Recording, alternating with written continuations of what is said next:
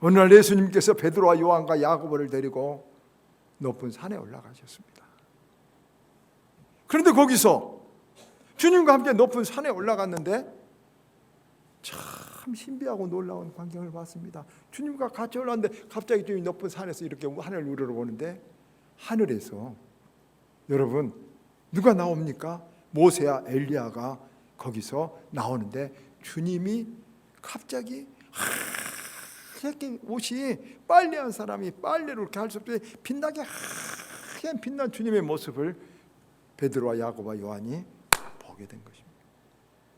그러면서 예수님께서 아니 모세와 엘리야가 예수님을 마중 나와서 예수님한테 읍수하면서 예수님하고 이야기를 하는 것입니다. 이 모습을 본 제자들 베드로가 너무나도 놀랍고 황홀해서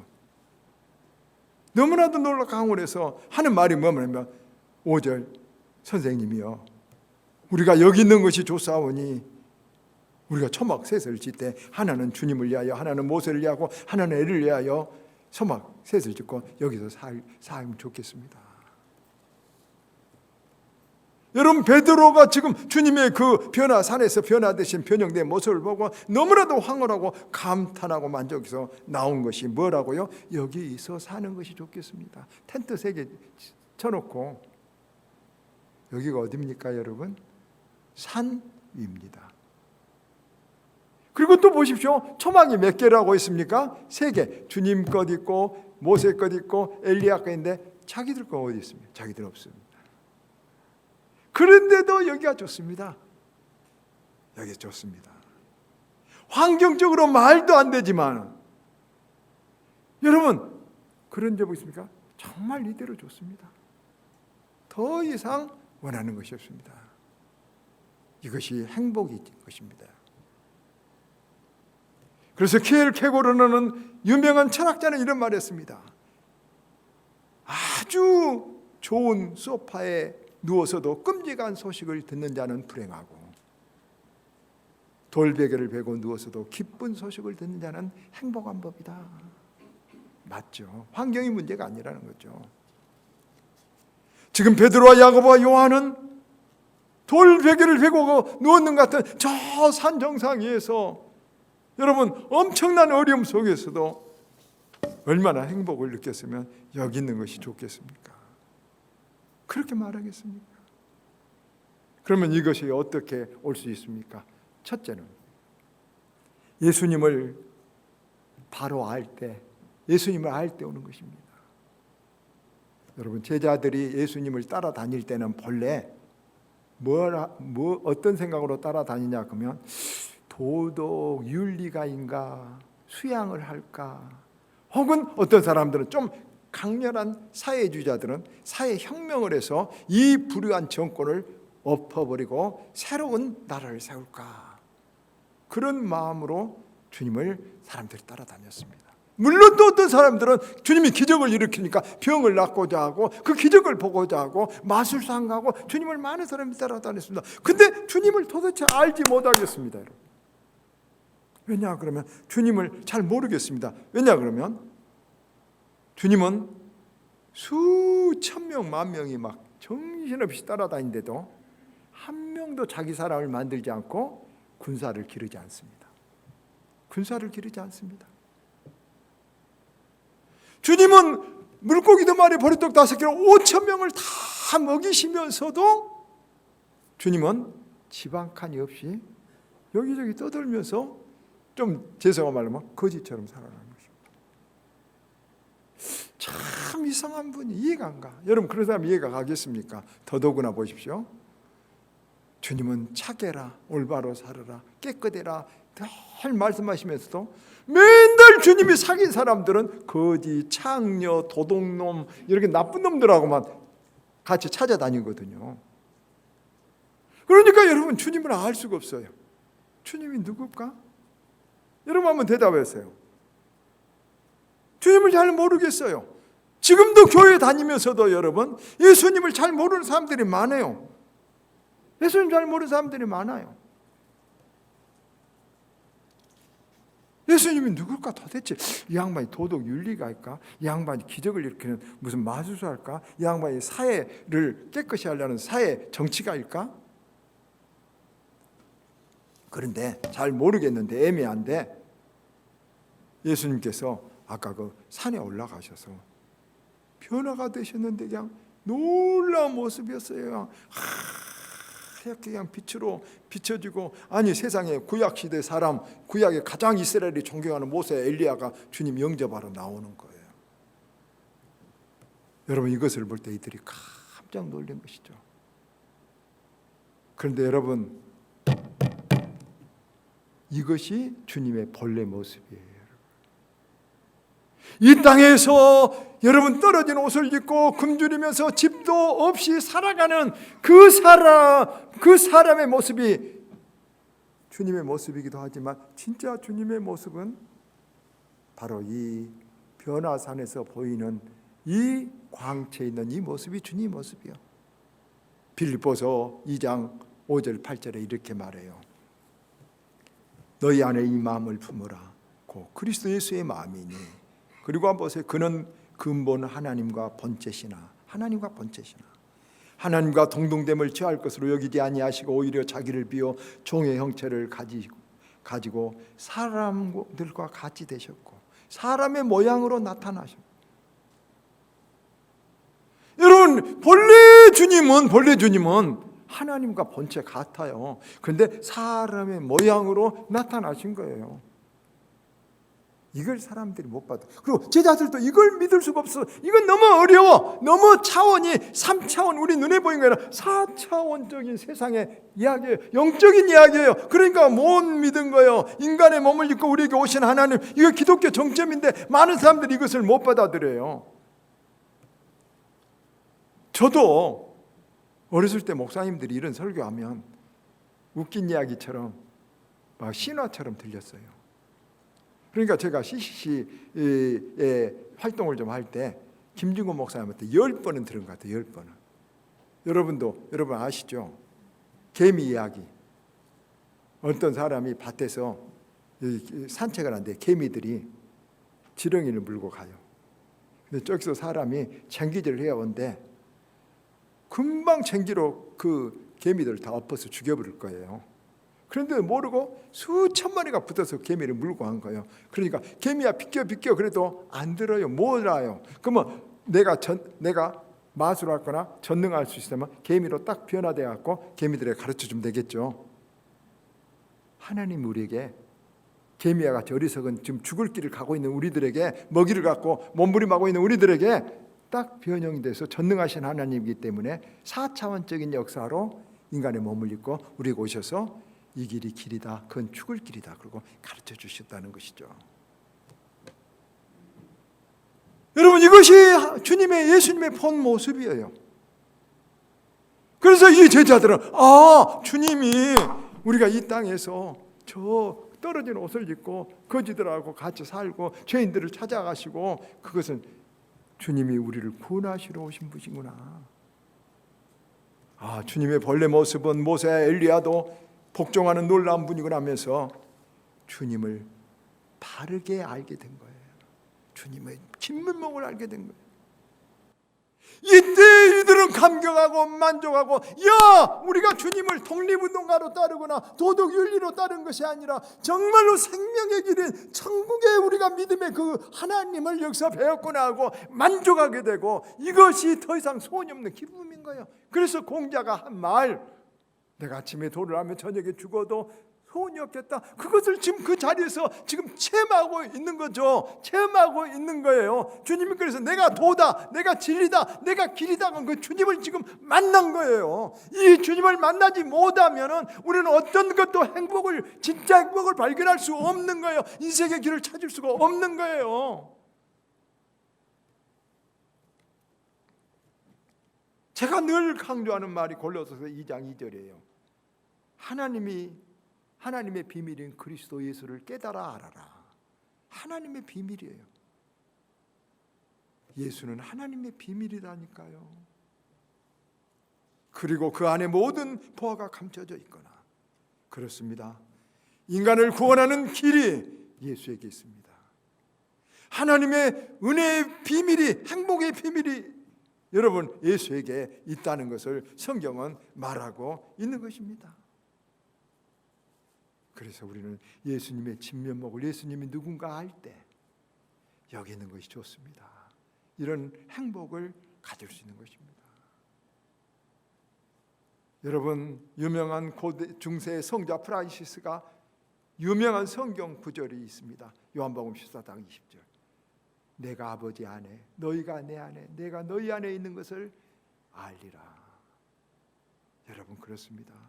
베드로는 예수님을 진면목을 알았습니다. 그때 진리를 깨달은 것입니다.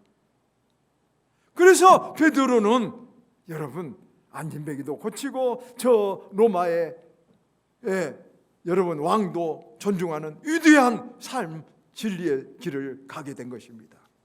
그리고 이 진리를 알게 될 때, 이 주님을 알게 될 때 여러분 우리에게 모든 어둠이 물러가고 우리가 두려움과 욕심과 여러분 거짓으로 자유하기 때문에 주님이 진리를 알면 진리가 너희를 자유케 하리라 이렇게 말씀하신 것입니다. 그런데 여기서 잠깐 하나 이런 생각을 더 해봅니다. 누구든지 이 주님을 알기 원하고 이런 체험, 은혜를 체험하기 원합니다. 어떻게 할까요? 여기 이들 어떻게 했습니까? 기도하러 주님 따라갔을 때입니다. 여러분 기도하러 주님 따라갔을 때입니다. 우리 기독교에 하나님께서 은혜를 내리시는 방편이 두 가지가 있습니다. 기도와 말씀 속에 이런 은혜를 주신다는 거 아닙니까? 기도와 말씀에 전념하지 않으면 절대 이런 체험을 못하고 책 속에 써진 호랑이만 보고 그런갑다 합니다. 그러나 기도와 말씀에 깊이 창념하고 묵상하고 사모한 자들에게는 여러분 이런 체험을 반드시 하게 되는 것입니다. 저도 늘 간증하죠. 어렸을 때부터 교회를 다녔어요. 그러나 그런 누가 하나님이 인간의 몸을 입고 이 땅에 오셨다고 말도 안 되고 동화처럼 생각됐어요. 그러나 누가 뭐라고 말해도, 과학이 뭐라고 말해도 방언을 체험하고 나니까 기도하다 저도 추운 겨울에 산속에서 혼자 팬티만 입고 웃기지만 젊었을 때 기도하다가 은혜를 입고 나니까 하나님을 알게 됐어요.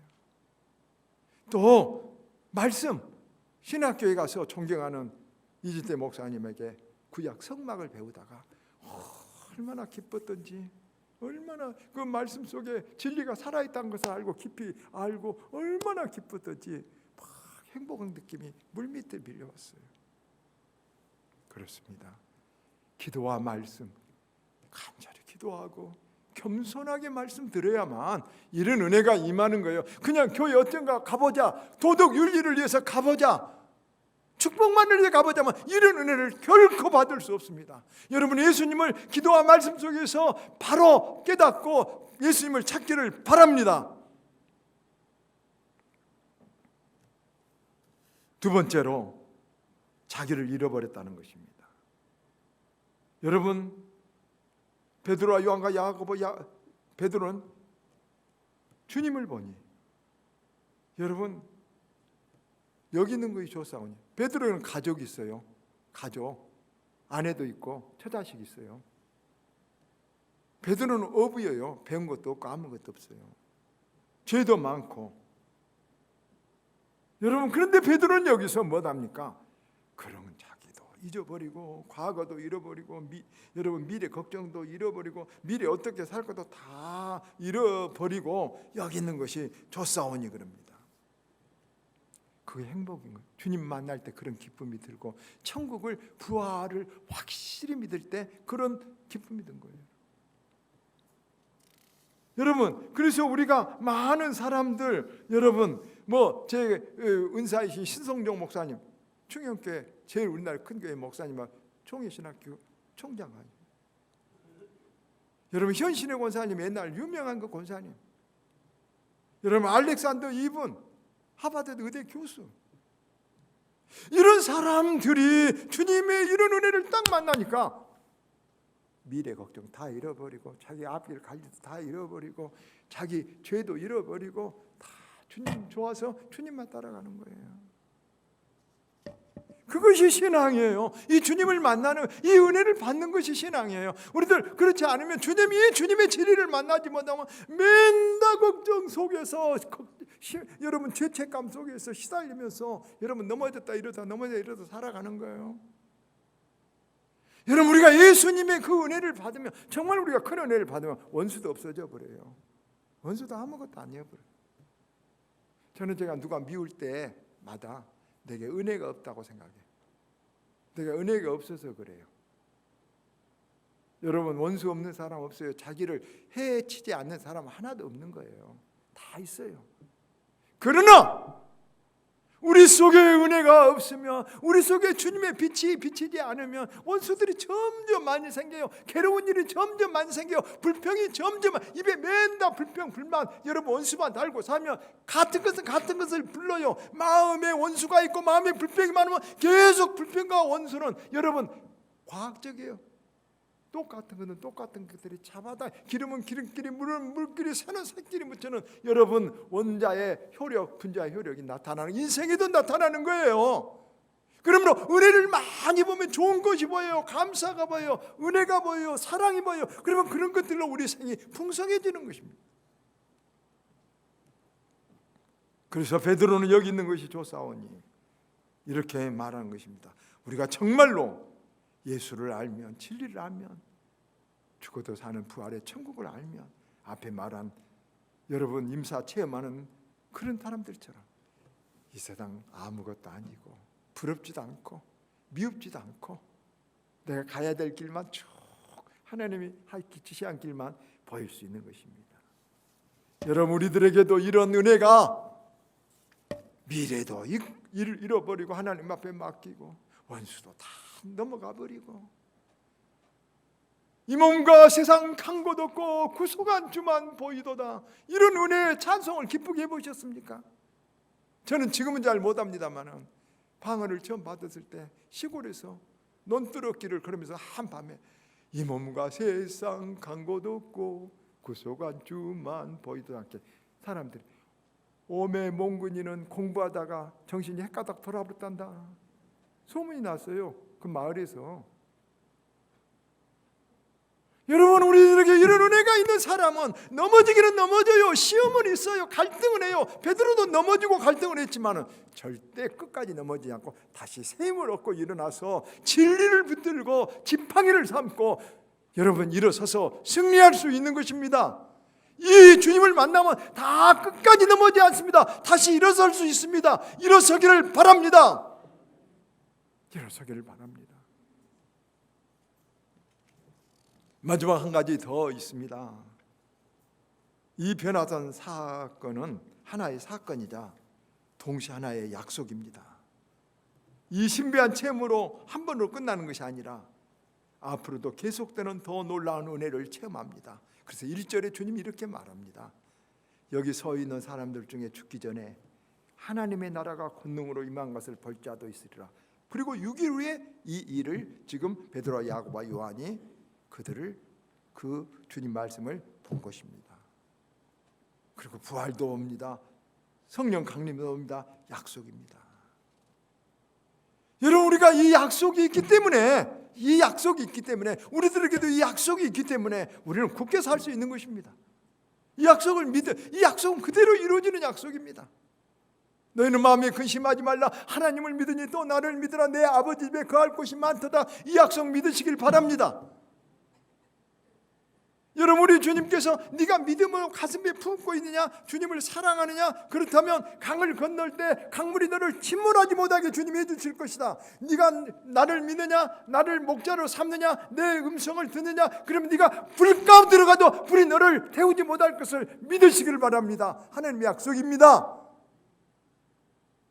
이 약속을 믿는 자는 그대로 하나님 시건치 않는다고 약속해 주신 것입니다.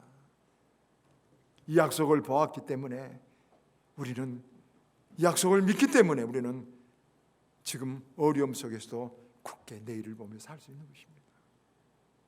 말씀을 했습니다. 우리는 지금 굉장히 어려운 불안한 때를 살아갑니다. 여러분, 그러나 행복지수가 그것 때문에 낳는다는 것은 믿음의 문제가 있습니다. 환경의 문제가 아닙니다. 소망의 문제입니다. 소망의 문제입니다. 인생관의 문제입니다. 여러분, 소망이 있습니까? 소망이 있습니까? 대답해 보죠. 죽어도 다시 산다는 소망이 있습니까? 예수 사랑한다는 믿음이 있습니까? 그러면 괜찮습니다. 정말로 단연코 말하는데 괜찮습니다. 주님 사랑만 하면요, 내가 죽어도 다시 천국 간다는 소망만 있으면 다 이길 수 있습니다. 원수가 있고 지금은 앞에 어떤 문제가 있어도 감당해 나갈 수가 있습니다. 나이가 들으니까 소망이 없어진 것다고 합니다. 저는 이제 나이가 들어가니까 그런 책들, 그런 사람들 많이 보죠. 근데 저는 참 내가 예수 믿는 것이 얼마나 다행이고 정말 그것을 순간순간 느낍니다. 왜냐하면 나이 들어간 사람들 보면 삶의 질이 확 떨어져 가고 막 불행함을 느끼고 행복지수가 확 낮아지고, 여러분 자살한 사람들 중에서도 노인들 자살률이 제일 높다는 거 아시죠? 병들어서 정말 삶의 질이 형편없어져 버린 것입니다. 그런 두려움이 있지만 저는 예수를 믿음으로 그런 불안이 많이 사라집니다. 여러분, 지금은 심지어 저는 교회를 잘 부흥하겠다 그런 소망도 이제 하나님께 맡깁니다. 자식들 어떻게 하겠다 그런 소망도 하나님께 다 맡깁니다. 그러면 제게 소망이 없는가? 그게 최고 큰 소망인데 소망 아닙니다. 저는 바울이 말한 것처럼 내가 선한 싸움 싸우고 달려갈 길 다 가고 믿음을 지켰으니 이제 이후로 나를 위하여 의의 면류가 기다리고 있을 것이라. 의의 면류가, 이사갈 그 나라를 향한 부활의 소망이 그 주님이 주신 은혜로, 그 체험으로, 그 말씀으로 확고하기 때문에 허망하지 않습니다. 두렵지도 않습니다. 단 하나 소망이 있다면 남에게 짐되지 않고 마지막까지 점 하나 찍는 것까지 헛되지 않게 같이 이렇게 살고 싶은 것 외에는 아무것도 없습니다. 그렇습니다. 여러분, 우리들 사실 예수 한 분이면 충분합니다. 여러분, 예수 한 분이면 저 산 위에서라도 여기 있는 것이 좋사합니다는 행복이 우리들에게 있는 것입니다. 그리고 이 소망이 실은 우리가 잘 못 깨달았어요.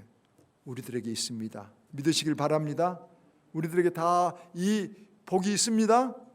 깨달아야 됩니다. 베드로와 야고보와 요한도 주님 같이 있었습니다. 그러나 몰랐다가 그때 알았습니다.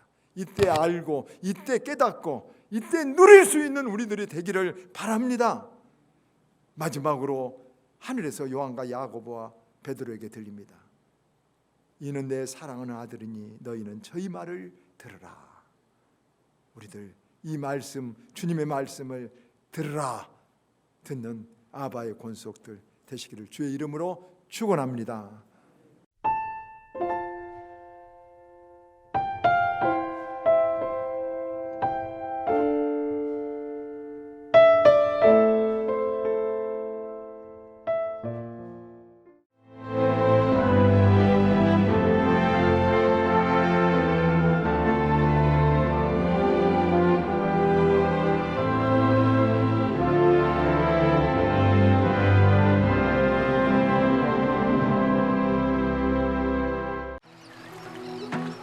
만약 섬에 색을 입힌다면 어떤 일이 생길까? 나만의 색 입히기. 섬의 변신, 마음도 상쾌하다. 마음이 설레는 보라색 여행. 내일, 그리고 설렘. 노란색 여행. 내 마음에 주는 선물, 주홍색 여행. 또 다른 나를 발견하는 행복 여행. 섬이 옷을 갈아입다 신안군. 만약 섬에 색을 입힌다면 어떤 일이 생길까? 나만의 색 입히기. 섬의 변신, 마음도 상쾌하다. 마음이 설레는 보라색 여행. 내일, 그리고 설렘. 노란색 여행. 내 마음에 주는 선물, 주홍색 여행. 또 다른 나를 발견하는 행복 여행. 섬이 옷을 갈아입다 신안군.